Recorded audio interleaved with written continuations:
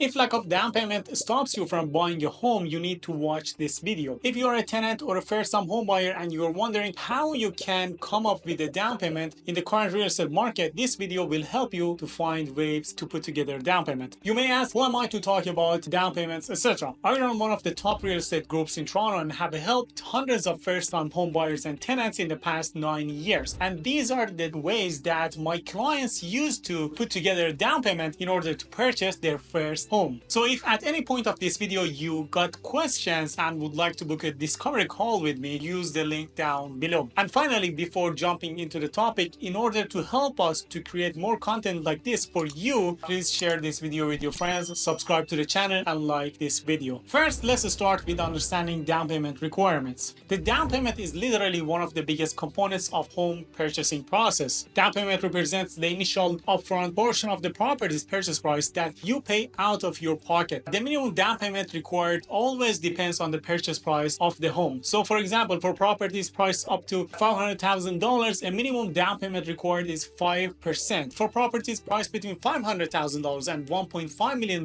the down payment required is 10%, basically from 500 to 1.5 and 5% up to $500,000. And for properties priced over $1.5 million, minimum down payment is 20%. Now let's look at some numbers together. Average price of a condo, for example, and corresponding down payments for those prices. As of today, the average price of a condo in the Greater Toronto Area or GTA is approximately $688,000. But for simplicity of calculations, I will use $700,000. This means the minimum down payment would be calculated as follows. Down payment for the first $500,000 is 5%, which would be $25,000. And the remaining $200,000 would require 10%, which would be $20,000.